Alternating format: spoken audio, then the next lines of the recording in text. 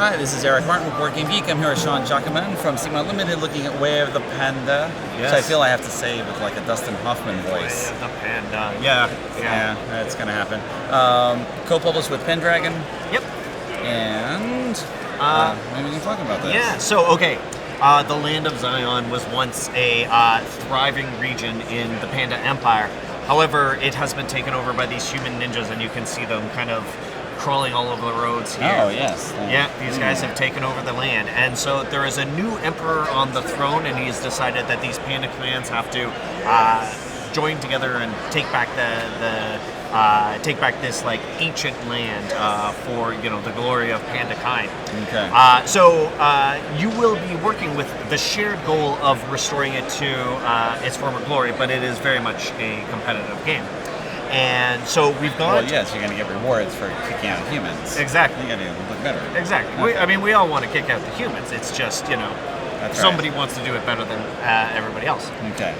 So we've got the board map here, and what it starts, the land is kind of in disrepair, and we're going to start to rebuild it into the cities and capitals that it once was.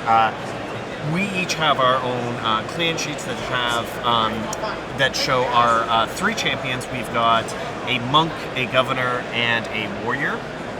And each of them are skilled in building one of the different buildings here. And throughout the course of the game, we're going to build up their strength so they're able to travel along roads with more ninjas and defeat them along the way. And then also we're going to send them on different quests, which will help with endgame scoring. So we're going to develop our champions throughout the course of the game. Okay. But the real kind of interesting part of this one, the real brain-burning part here, is the action board here. So it is a worker placement game, and as you go further down on this board, the actions get more powerful, but also more expensive in action points to do.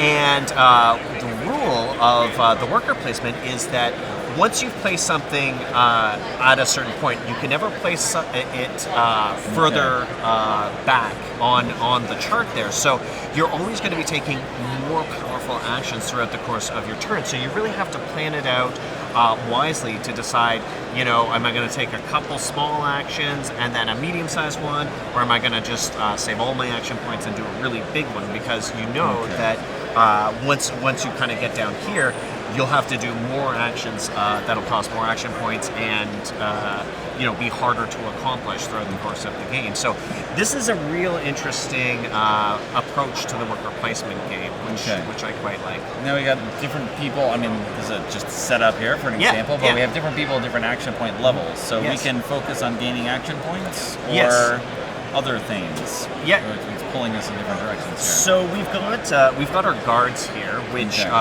each of the different panda clans has a team of guards, and guards are kind of used in two different ways. They're sort of they're the workers that we're going to place on the board here, and if there's a certain action, if somebody has taken one action, you have to place more workers down there. But they're also going to go out onto the roads, and as the ninjas are defeated out here on the roads, the guards are going to go down there to cover them up. And once a road is completely covered, we'll use one of the tokens there to indicate it's covered, and we'll get those guards back. Okay. On the board here, however many guards you pull back off of the board at the end of the round is how many action points you're going to get. So if you have any left over, it'll just get added to your total. But basically, the more you put out here, the more you're going to be able to pull back and transfer those into action points, and then those guards will be able to be placed either on the action board later on or on the map. Okay. Yeah, so it's a real balance. Yeah. There's like a lot of different levels you have to think about for each kind of round that you make, and ultimately what you're doing is defeating enough ninjas surrounding one of these different villages so that you can build up these different buildings. But it's also about moving your champions to the right space, because anybody can build a building in a region, but each champion is responsible for a certain type of building. Like the monks will build the gates, and the warriors will build the pagodas, and so on. So, and once all three of the different types of buildings are built, it becomes a city with a base where you can start adding buildings again. And once a third really the 6th one is built, as it is here, it becomes a capital, and once 2 of those are built, then the game is over, and you assess your points. Okay.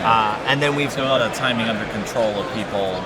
Yeah, you've got to watch, because I mean, when somebody is starting to build something in a region, you can slide in there and start building in that region as well, and kind of cash in on the fact that it is moving along. There's also some different bonus cards, cards that will either give you points during the game or at the end of the game, and there's several of these different ones. So they're just ways to point your strategy in one way or another, and they'll affect sort of what you're trying to do mid-game, and also like what you're aiming for at the end of the game as well. Okay. Yeah. All right. Okay. Yeah. Is that everything? That covers a lot of ground there. Very succinct. Thank you, Sean. Thank you very much. Way of the Panda. Available now. Available now. That's right. Released at the end of May 2018. Yeah.